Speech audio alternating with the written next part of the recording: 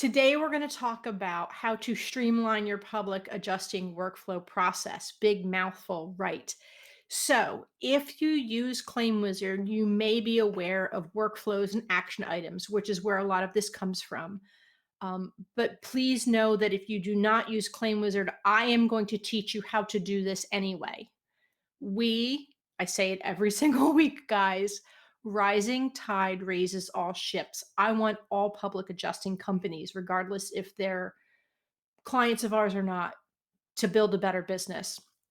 I truly believe that our package helps you do that, but you can do it without a bit more manually. So we will cover all of that as well. So, what are we going to talk about today? First thing, I want to talk about what I mean by workflow, what that is, right? Because other people may call it other things. I've been kind of beating the drum with ClaimWizard for the past 7 years for workflow. My former professional life, jack of all trades, master of many. I will say that. Don't ask me the math or the finance things. I'm not so cool with that. But as far as business building, specifically with small businesses, that is my forte. I am a huge component of workflow, of repeatable processes that we can all follow that make our lives easier. Second, I want to talk about why does your public adjusting company specifically need to use workflows? Um, that is a lot to do with compliance, but it has a lot to do with other things. The third is how do I design my workflow? So what I did is I actually sat down and I brainstormed and I took screen caps as I went along, and I'm going to show you the physical process that I go to do this. You can do this yourself when you work with me. This is what I do on my end.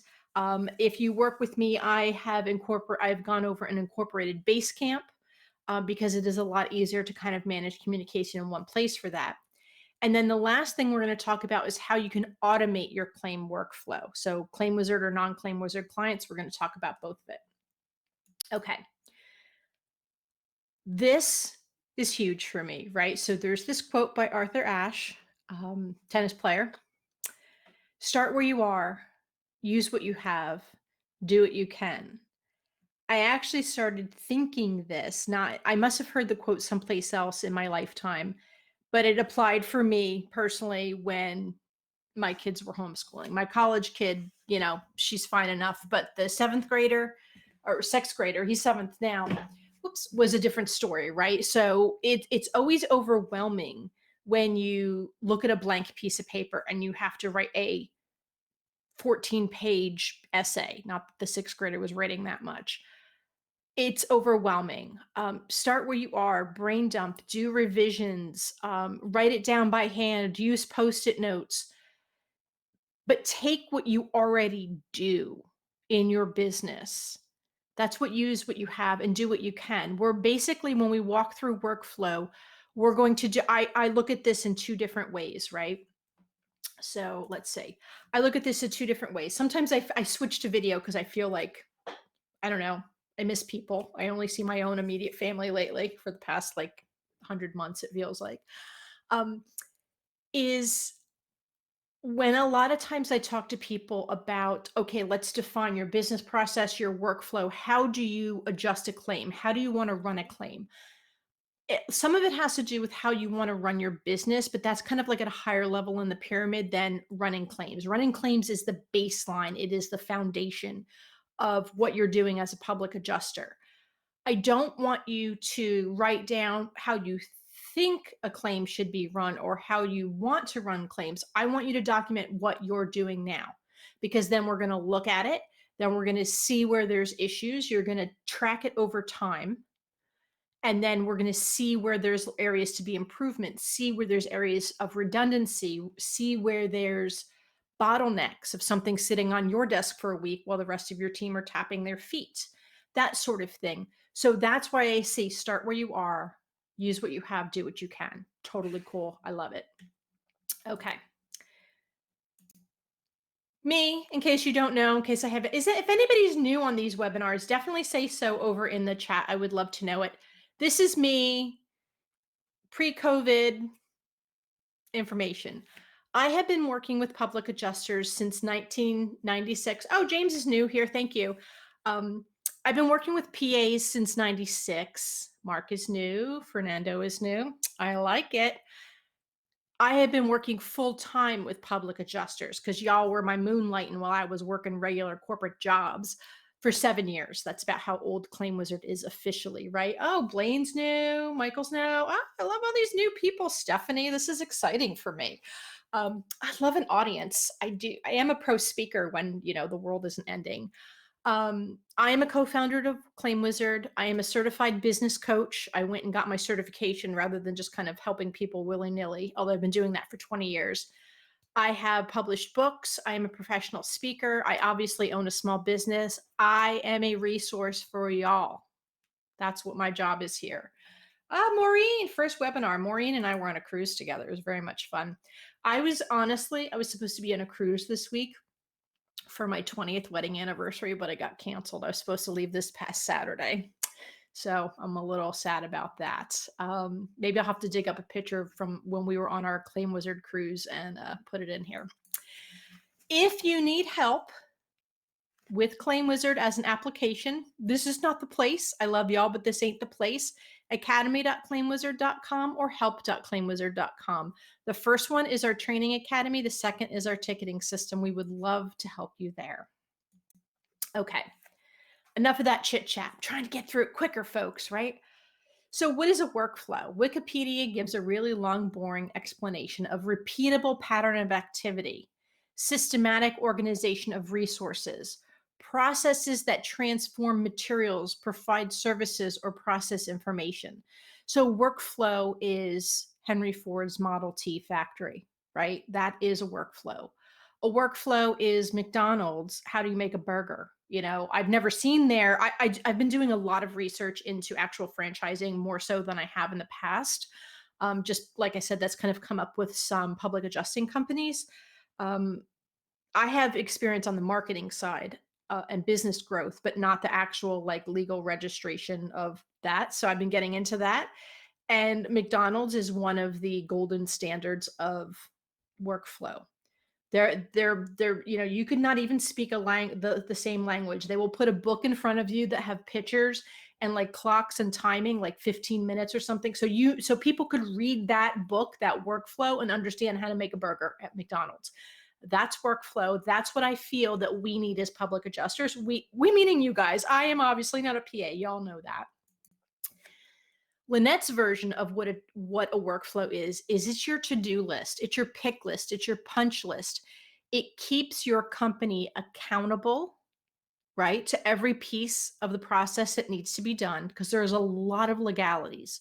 I have always said with public adjusting, your life is number one, adjusting, number two, contracts, number three, paperwork and deadlines, right? So I want to keep you accountable and on track. I want to keep you legally compliant and compliant within your own secret sauce of how you work your business, right? And I want to keep you guys profitable. Hello, we all want to help people, but end of the day, we want to make some money. So that's what a workflow does for me. And when I help you build workflows, this is what the three things that I have in mind: accountable, compliant, and profitable. I mean, honestly, compliant would probably be the most important thing for me, accountable and then profitable. All right. So why does your company as a public adjusting company need to use workflows? Whoops, I just squished my screen there. All right. So here's my top 10 Letterman list, right? Your paper trail is replaced by digital trail, number one. So I'll be honest, we know that there are, I want to say bad actors. That's probably not the best phrasing. I want to say that in any industry, there are always people that are trying to toe the line or stick their toe over the line in what they should be able to do. And way back when, not any time in recent memory, I have talked to public adjusters or carrier adjusters that have field adjusters that have come over, or resto guys that want to get into public adjusting and whatever their thing is, and they feel the less paperwork the better. I will say it at the end of this webinar, but I'm saying it now. I truly believe that you should treat every single claim as it was going to litigation. Every single claim, that if it was going to be picked apart by a judge, picked apart by a mediator, picked apart by everybody, right? Air your dirty laundry kind of thing. That's how I believe public adjusting paperwork should work. If it is paper, it is very difficult. And quite honestly, it doesn't set you up in a good professional light. If you come into a depot with an attorney or whoever, or you have to go in front of a judge, and here's your pile of like crazy post-it notes that you've scribbled things on and have coffee stains, and you write a date and you screw it, cross it out. It's messy. It's trust me, you guys know. One of the very first things that made me extremely passionate about jumping into your industry full time was I would see people, granted it was for car insurance kind of thing, Progressive, I think it was, back in the 1990s, right, would go to a car wreck and literally have a check printer on their hip. It kind of looked like the big paper things that when you rent a car and the guys, they print this huge CVS worthy receipt and give it to you. Progressive in the late 90s had check writers, wireless check writers that they would cut a check right then and there when you met them at the body shop or the tow truck was hooking up your car. That blew my mind because you know why? Because not necessarily for that, but then you guys as adjusters are showing up with a yellow pad of paper and a free pen from IHOP. Like that doesn't look cool and it's not really a good way to have a good paper trail. So I'm hugely passionate about that. The second is I believe that having a oh, Blaine, if you need audio, maybe someone can help her, jump out and jump back in again. So, redundancy. A lot of times, I believe you should touch data once, do what you need to do with it, and then it goes away until you happen to need to recall it. I don't like think about mail when it comes into your house, physical mail. You look at it, you put it on the counter. Then your spouse comes, looks at it, pulls some of it, doesn't pull others. Then you come and look at it and open bills and keep some of the junk mail. It's don't touch things more than once. A lot of times when I work with companies, I find, thanks, Fernando, on that. I'm running solo on this, so I don't always have tech help to help type into the little message board if you're having problems. But a lot of times you're doing things 2, 3 times when you don't need to, or you're doing things at the wrong time. And if you do it either earlier or later, or a different person does it, you could save time in the end. So that I'm very big about. Workflow helps you identify that. The third one is I don't want you to have to stop and check on other team members. And if you've talked to me, I call this the no babysitting rule. You should not have to babysit your other coworkers to say, "Hey, I did the estimate and I got the, Exactimate sketches up and here you are and you can go do your job now." Click a button, check off a box, you did it, the next person gets notified automatically. Much faster communication that way, and it all gets documented. Number 4, better understanding how time relates to action. So I will talk to people and I'll go, it kind of reminds me of Rain Man. How much does a candy bar cost? $100. How much does a car cost? $100. Like everything's an hour. Everything takes you an hour, right? Um, you don't know how much time it actually takes. Something may take you 5 minutes or 1 hour, whatever it is, but you can't get to it for 2 weeks. So, by having a workflow defined, especially an automated workflow that's self documenting, you will get a much stronger handle of number one, how much actual time you are spending on a claim. Time is money. And two, how long between of a delta between having the opportunity to do a task, so having it up, having all the prerequisites done, and how long it actually takes you to get there. It's like if a phone rang, you can't let your phone ring for 2 days straight until you get to answer it. You got to answer it right in the beginning. So we're going to be able to track that in there as well. Number 5 is keeping compliant documentation. We've kind of talked about that. Lynette's going to get a little drum and beat on it every once in a while.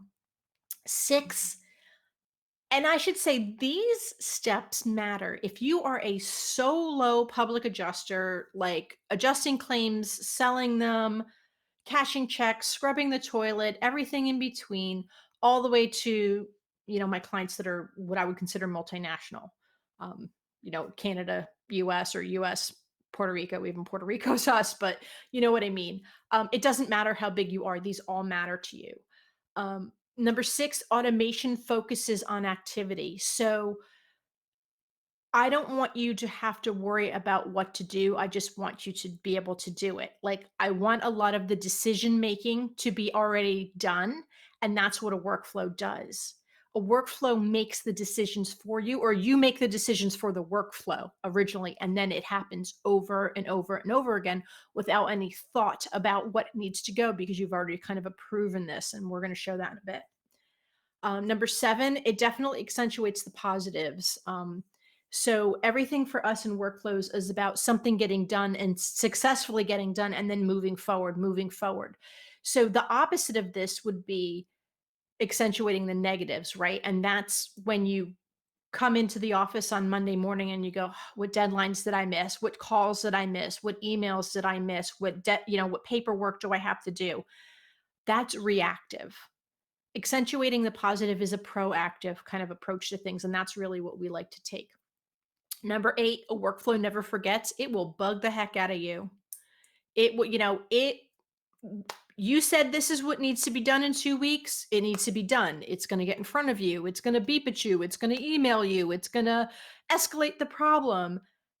You need to keep that train on the track, and a automated workflow will do that. It does not forget deadlines. It does not forget when you need to do things. It does not skip steps. Number nine, the workflow runs the business, or at least it can drive it quite a bit without your direct intervention. I do work with people that I would consider legacy companies, like where they're kind of going from one generation to the next, or the phrase I like is one foot on the golf course. Like, they don't want to have to be in the muck of the day to day. They want stuff to run the way it's supposed to. And if something goes south, they want to be involved then to kind of step in and help with the situation or de-escalate a client or whatever the deal is. But if things are running smoothly as it should, maybe the owner doesn't know. They don't care. They just want to go on with business. Let the workflow run the business. And the last one here is that workflows actually encourage collaboration between team members because the handoff becomes very smooth, but it doesn't invoke a lot of unnecessary communication. I honestly have been trying to set up a type of workflow within our company here, but obviously how my company works and how your company works are very different. But we have text, we have email, we have cell phone texting, we have group chat, we've got all these things, right? And then when I have to go back and, oh, well, you told me that, but I don't know where you told me. Is it in text? Is it in chat? Is it in email? Did you walk to my office? What was the deal? It puts it all in one place. So your collaboration happens on one platform. So all of these are very vital about why you should think about formulating a proper automated workflow. Y'all do workflows every day. It's just ingrained in your head. And a lot of times you don't realize that you're actually following the same process over and over again. When I talk to a public adjuster and I say what we're about to show, and like, okay, let's go through your process, and they tell me every single claim is different. No two claims are the same. I work every single claim uniquely and differently, and nothing is repeated. And I call BS on that. Are you telling me you don't have to send a letter of representation every single time? Are you telling me you don't have the same deadlines? Are you telling me you don't have a proof of loss that is due? Some do, some don't. Yes, but you have to make that determination. Yes or no? Do I need a POL? Yes or no? Do I need to send a letter of representation? Like, some things are hard coded, so to speak, and some things are depending on the claim. Maybe it's a flood claim, so you have to do this, or maybe it's a FEMA claim and you have to do that. But what we do in workflows is, your industry is, I love it, and it's crazy and it's predictable. And I like to predict the chaos within public adjusting. So we're going to talk about and show that in a bit too. Okay, so how do I design my workflow? So this is going to be video. This is going to be audio. I talk about this all the time. You're going to have it to go back forever you want. We got to start at the top. So step one, with defining your workflow because you live your business every day. So when I talk to new clients and they say, "Well, I don't have anything written," or "I have written procedures, but we don't do it like that anymore. We just haven't had time to update the paperwork." I say, pick 10 brand new claims, whether that takes you a week to get in, a month to get in, 6, whatever your volume is, right? 10 claims.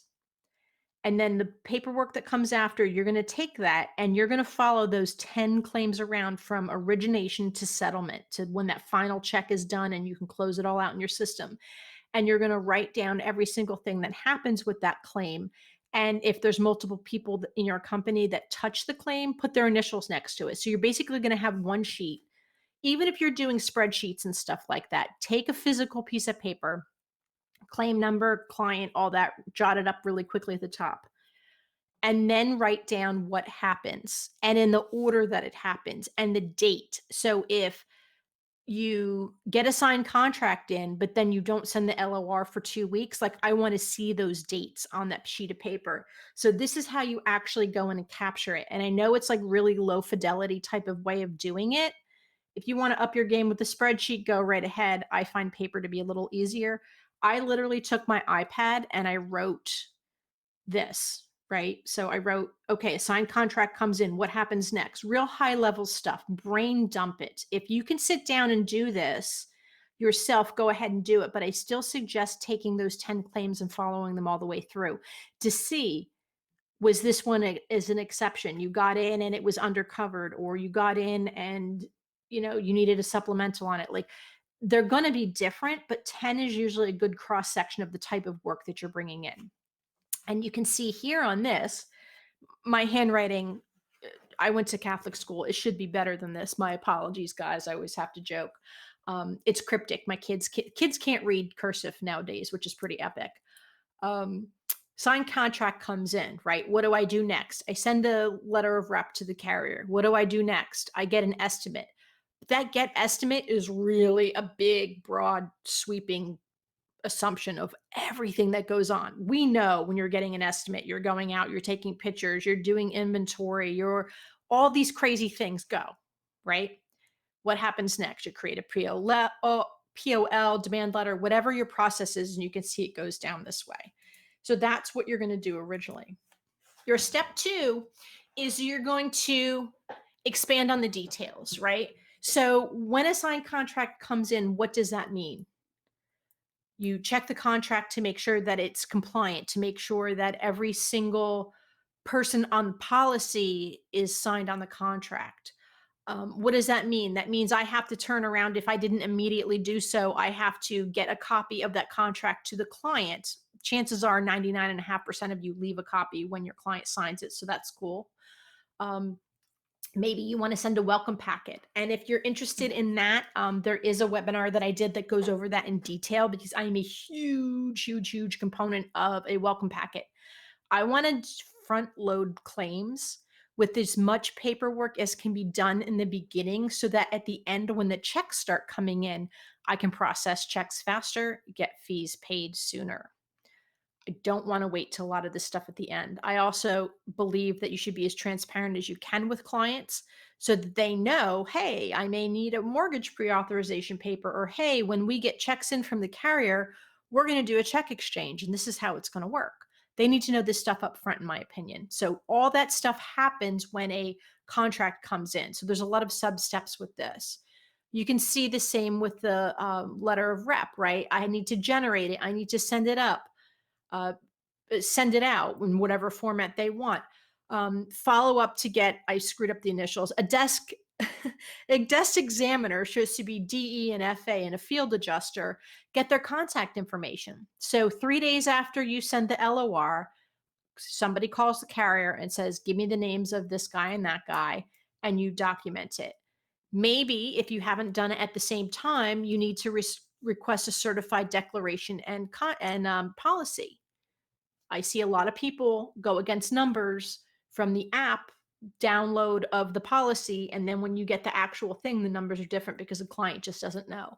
This is huge for me as well. I'd rather do this up front than go and run estimates and do eagle eyes and get Matterport in there just to find out that your client reduced their coverage and it's garbage now. Like you want to know that stuff up front. So when I say send an LOL to the carrier, there's actually all these other little things that need to get done. So this is an example of what I'm talking about expanding details. And I think I have the next one. Yeah. So send invoice. What does it mean when you send an invoice? Make sure your expenses are accounted for. Make sure that you know what you're paying your adjusters, what your executive company fee is, like all of these things, right? So expand upon all of your parts. Some pieces won't need a lot of explanation or a lot of expansion, and some go into the deep dive. So the third thing that we're going to talk about in developing a workflow is think about those exceptions. So in ClaimWizard, we have a concept called phases, right? Claim phases. A claim is being originated, a claim is being estimated, a claim is being scheduled for an estimate or an inspection. A claim is on hold. A claim is in pre-litigation, like you're prepping a file for an attorney or something. So there are pretty typical exception phases in a claim.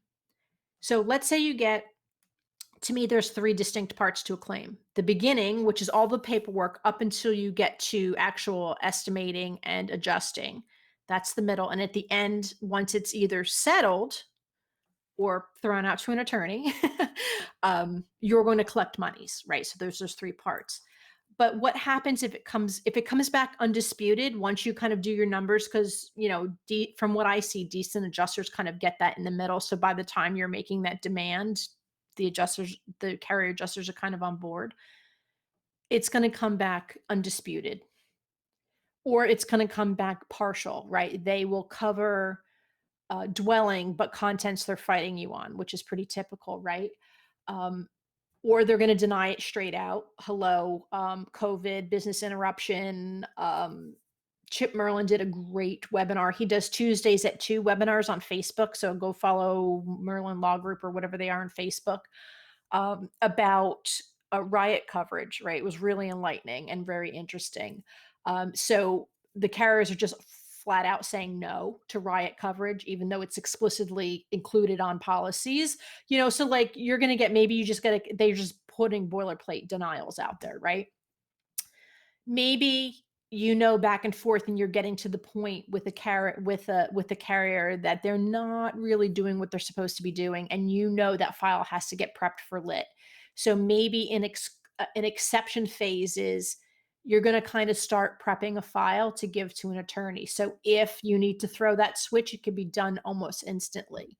Maybe appraisal is invoked. That kind of is a left turn offshoot from a claim, right? Or if it's undisputed, obviously you can go right to collecting money, go $200 past go.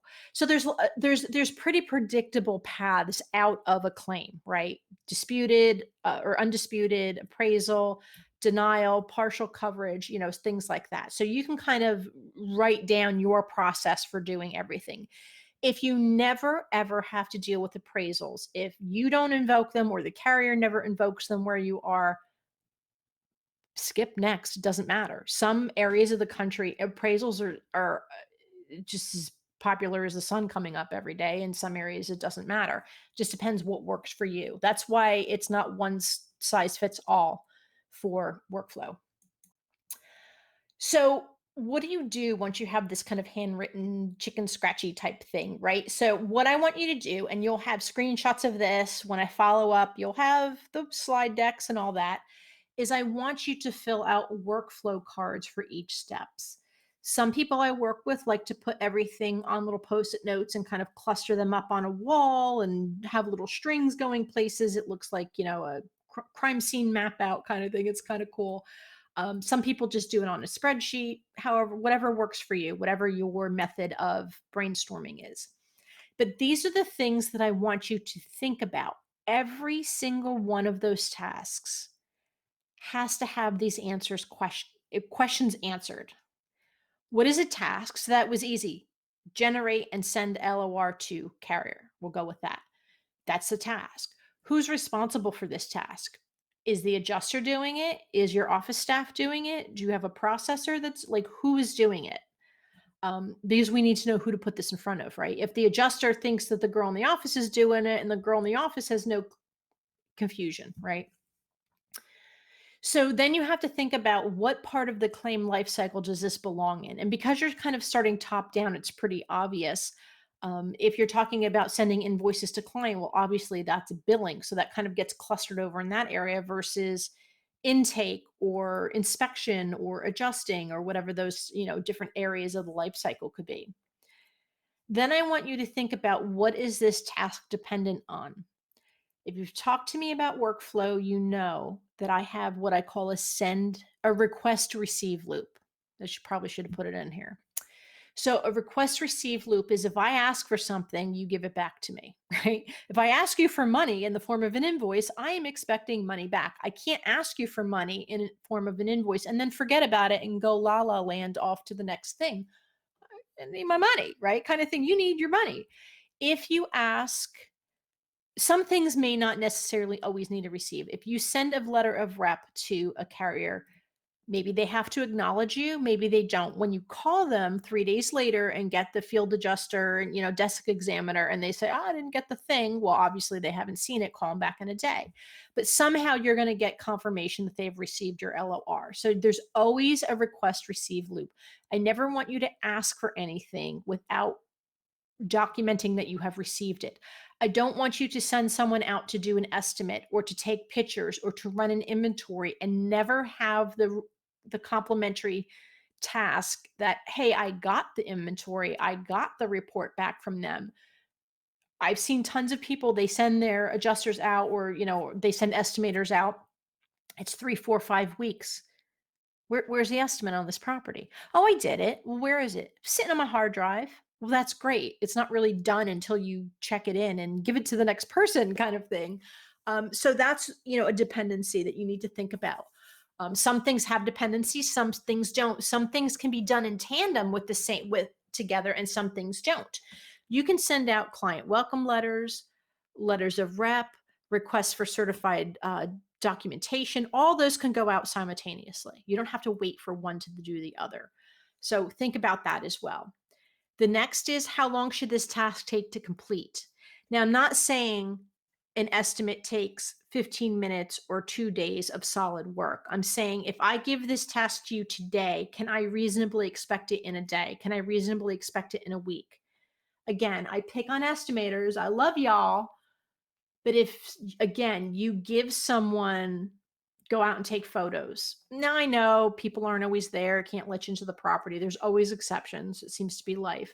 But if I say run out and do pictures and I'm giving you a week to do it, I don't want those pictures back in 4 weeks. I'm saying a week, figure out how to make it happen. If there's an exception to it, put it in the system. Let's talk about it, right? Sometimes you give people too long to do things. Sometimes it's too short. So these are things that you're going to have to work out on your own within your own company. The next is, what happens when this task is completed? So if sending out a letter of representation is a prerequisite for something, what's the next thing that is allowed to happen because that prerequisite is done? And then what I feel is extremely important is, what happens if this task does not get done on time? Now, let's be clear, the task needs to be completed. But what happens if it's late? If you send, and your workflow should automatically have this built in, right? It shouldn't be up to someone that didn't do their job on time to say what the punishment for not doing their job on time is. Like, this is kind of weird. So, okay, let's put this here because I feel like the Italian in me is coming out now. Um, so, for example, if you send out a welcome letter to your clients and task says due by end of day Monday, and I'm not talking about the copy of the contract, and you don't get it done till Tuesday afternoon, you know what?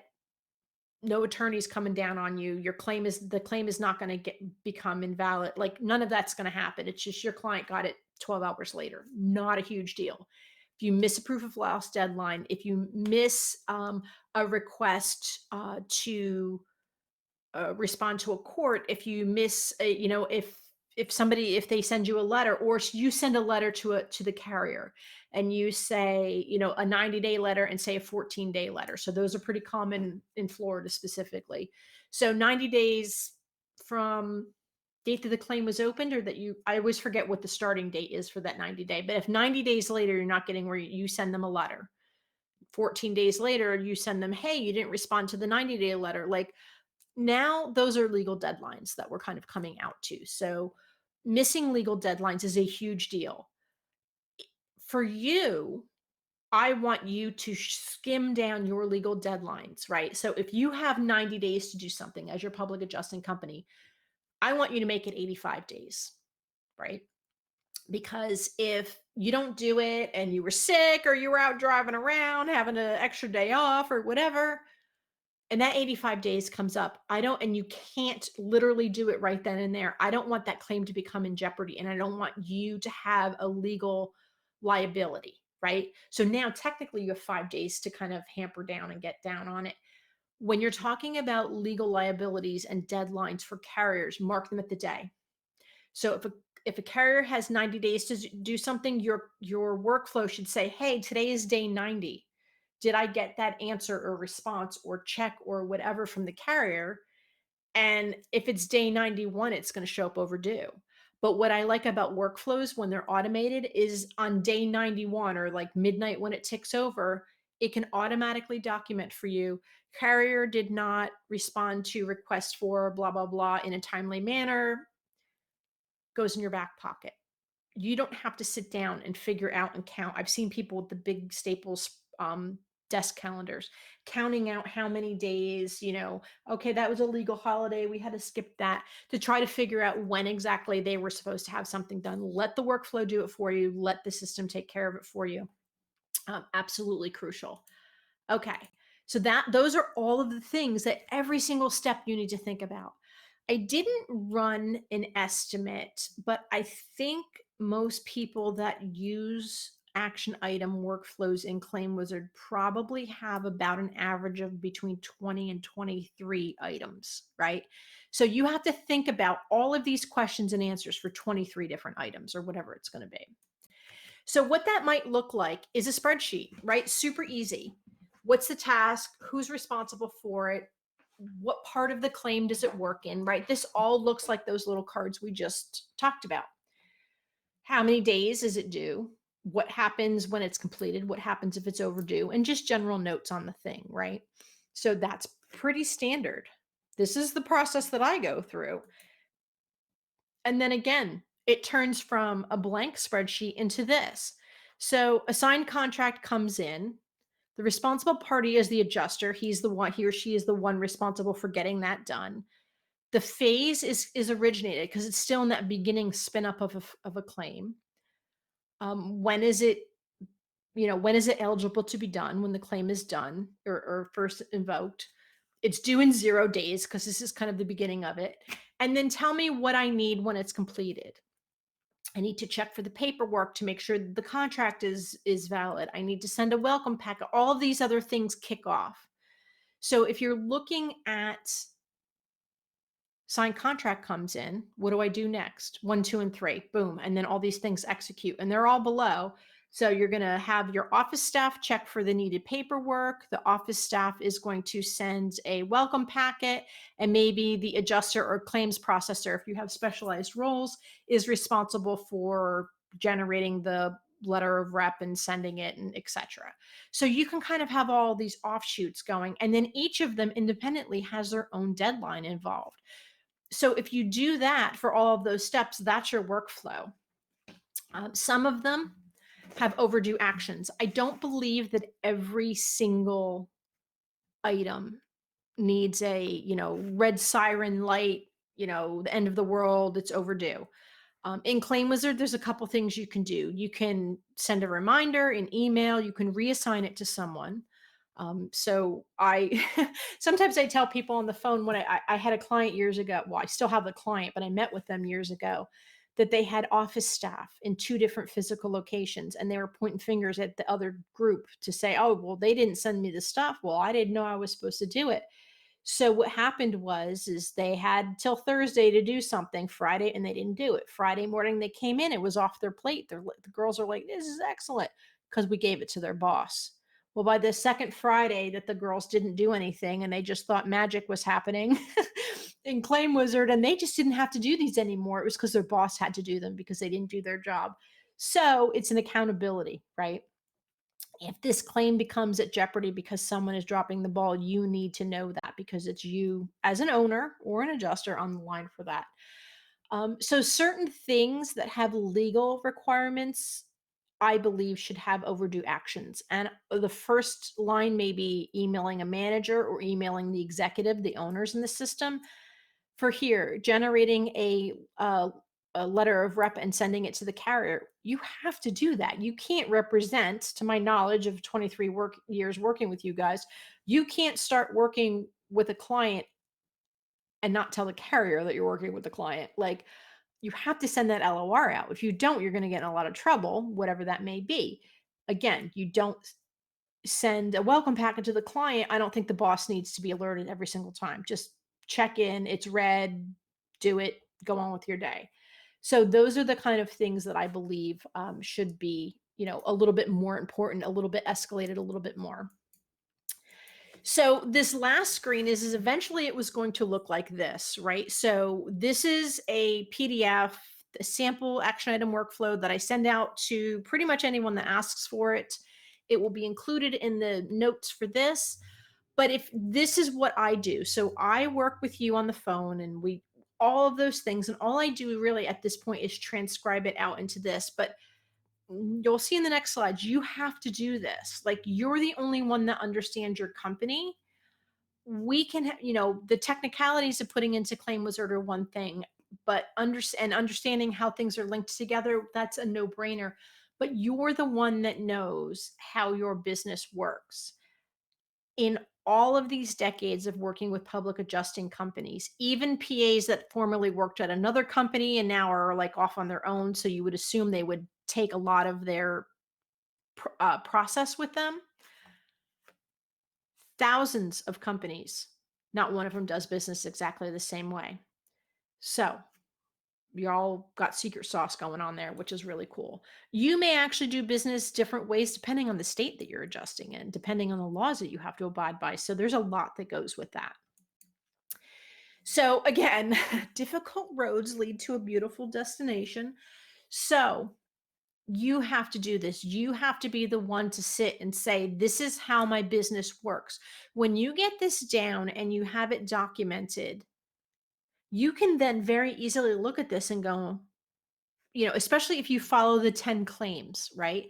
And you say, why did it take me so long to get these photos? Why did it take me so long or why did I give the carrier, not enough time or too much time or whatever the deal is?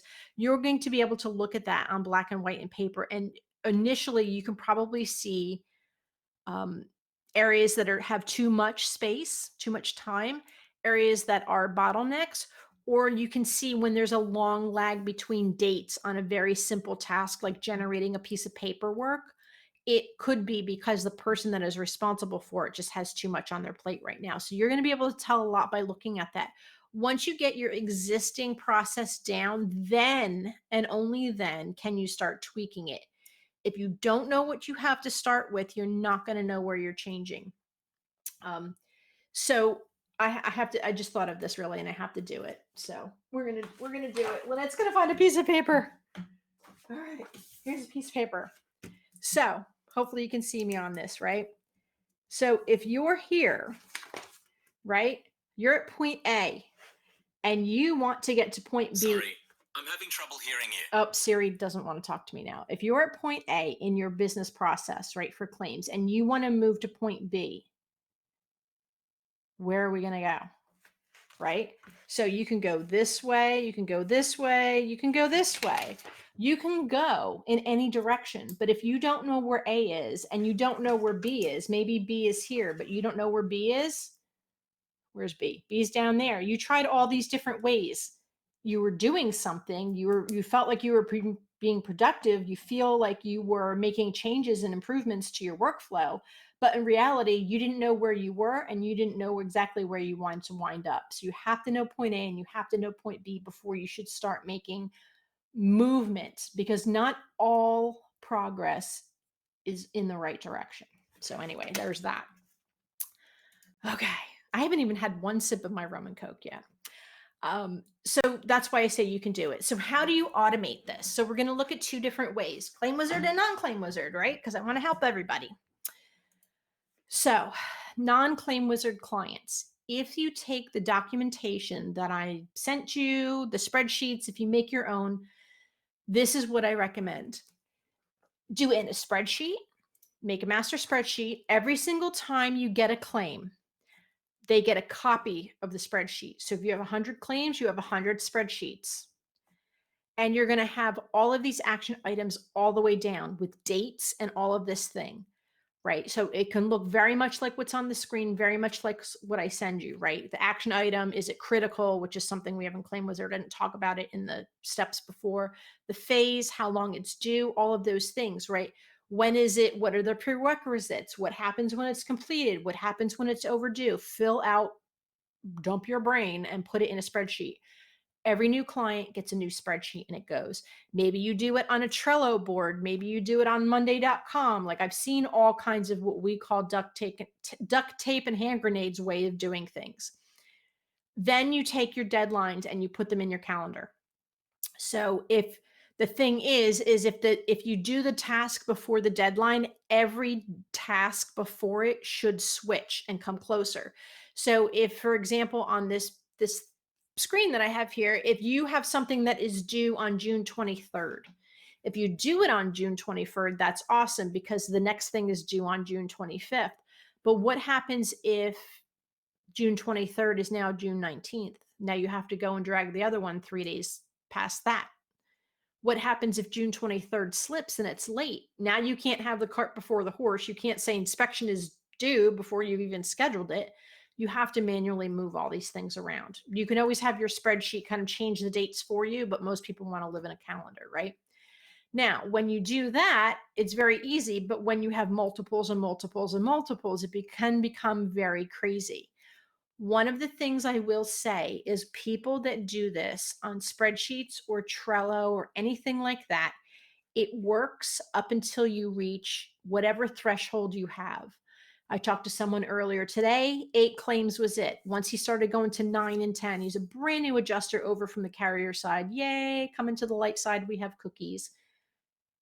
He's like 9 and 10. He goes, Lynette, I'm losing track of like which POL is due when. And he's still in shell shock about the fact that he has to do all the paperwork. He's used to just being a desk examiner, looking at something, stamping it, and going to the next thing. This becomes very overwhelming. You know what this doesn't tell you? Where your checks are, if you're dealing with mortgage companies, if you have fees that are outstanding, what your negotiation process is and where you stand on that, and settled amounts and unsettled and dispute. This is very hard. Claim by claim, it's beautiful. When you're talking about an entire book of business, it becomes very difficult. It can be done, do not get me wrong, but honestly, maybe that threshold for you is 20 claims, maybe it's 10 claims, maybe it's 7, whatever it is, you're going to hit a threshold with doing duct tape and hand grenades. Now with ClaimWizard, if you go in and take that spreadsheet and it doesn't exactly match, you'll see on my screen, it's like 1, 2, 3, 4 through 8 on the columns of the spreadsheets. And then they kind of don't exactly go in that order when you're creating action items. In ClaimWizard, we always give you, because we want you to start where you're at, but we don't want you to have a blank sheet of paper. So we give you a very high level, generic-y type workflow to follow. You put it in. When you create it, when is the due date? Who is this assigned to? What happens when it's completed? What happens when it's overdue? All the same things. Goes one for one. And when you guys send me spreadsheets, I literally copy and paste this in there. And you could be doing it yourself, but I do it when people ask. Please don't all swarm me with that, because honestly, I'm working with about 14 right now and I don't want to mess anything up. So we work in Basecamp and stuff like that. Okay, so what does that look like? So it looks like this, which is on the screen. I tend to number them just because it's a little easier for people in your brain to understand the sequentialness of things when they're numbered. Um, Sometimes it'll go 6, 6A, 6B because we've kind of kind of wedged in a little bit of extra things. But in ClaimWizard, different workflows will be invoked depending on why you opened the claim. So I understand that maybe you do straight up claims, new claims, and maybe you do appraisals. Maybe you have kind of a side gig, so to speak, as appraisals, or maybe you're doing estimates on the side because you're an Exactimate whiz or something like that. Just because you're in a point in the claim, why you opened that claim in the beginning, because it's a new claim, it's a supplemental, it's a reopen, it's whatever, right? Um, that always applies. Why you open a claim never changes. What you have to do further on down the line is different. Maybe you are having a regular claim that you open and you have to throw into appraisal. You don't switch the workflow into appraisal. That's already baked into your master kind of workflow. If you're doing appraisals and the reason why the work came to you is because all you need to do is run an appraisal or all you need to do is run an estimate, well, that workflow is going to be a smaller subset, but maybe there's extra things you have to do or things you do not have to do that you normally would do. Maybe you don't do a check swap because you're going to send an invoice and you're just going to get paid for doing the estimate. Like, however that works, it's going to look different. Okay. So when you want to look at this, you're either going to open all your spreadsheets or all of your Trello boards, or whatever, and then, sort through. Maybe you have a master spreadsheet, whatever you got to do to kind of keep track of it. If you're in ClaimWizard, you are going to go to your dashboard, go to your action items. You can see all action items. You could see just yours, or you can see anyone else's in the company. So you can kind of pick down, and then you're going to be able to see who needs what done. And the days are how long ago it was assigned. So if you want to see all of the new action items assigned to you or your team or a different person in 7 days or whatever, you can do that from the system. Honestly, click on the due date on the top. So the oldest is at the top, and then you can basically run through like a punch list. It makes it very easy for that. If it's in red, it's overdue. If it's reverse red, where it's like white text on red background, it is a critical action that has become overdue. So, what are my thoughts? Lynette always has thoughts. So, I have my 2 cents I want to share. So, I mentioned in the beginning that I feel that you should build and document every single claim like it's going to go to litigation. If you feel that you don't need to have something in writing, or you feel you don't have to archive your emails with it because, hey, the client's going great, the carrier's really not giving us a hard time, whatever. Maybe at the end of the process, and I've sadly seen this more and more, which is why I am a huge cheerleader for check exchanges. Um, and if you don't know what that means, we can talk about it after. But what everything's great, your client loves you, and then when it's time to pay the fee, they're like, "Well, what, you didn't really do anything. You called me 3 times, you sent me some emails. Like, I don't think you earned your 20%." And then, right, brick wall, screeching records. Build it like it goes to litigation. In my opinion, if it needs to go to lit, your click 4 buttons, your attorney has everything they need. But if you need to justify your fee, if any of that comes down, I've seen people do it early on with ClaimWizard. They printed out the entire claim document, had it bound at Staples with like the little coil thing, and it was a big commercial claim. And the guy's like, "I don't think I really owe you my fee. I want to renegotiate." Contract said 20%. The guy wanted to pay 7. Adjuster plonks down this thing that looks like a phone book and says, "This is literally everything that I had to do to get you paid those millions of dollars." Guy wrote a check, pushed it across the table, said, "Thank you very much." And that was it. Prove your worth, but you also need for litigation, in my opinion. Um, Something that I've been thinking about quite a bit, and this is a Chip Merlin thing that he put in my head unintentionally, is that running estimates is not adjusting. I I don't know what more to add to that other than if It was as easy as going in and saying, "This is physically how much the damage is worth," and providing a document and some photos and maybe an expert document to a carrier, and they're like, "Okay, I'm just gonna pay you all your money." Like, if it was that easy, honestly, people wouldn't need public adjusters as much as we do. Adjusting is all about the contract, baby. You guys are supposed to be absolute experts, and I dare say more of an expert than attorneys on what that contract means, what that policy means. Where are the commas? Does it say and? Does it say or? Okay. Like, let's figure out exactly what the coverage is. Your job as an adjuster is to read and interpret policies to get every single penny that a person is legally entitled to as per their contracted, coverage and the law. That's what it is.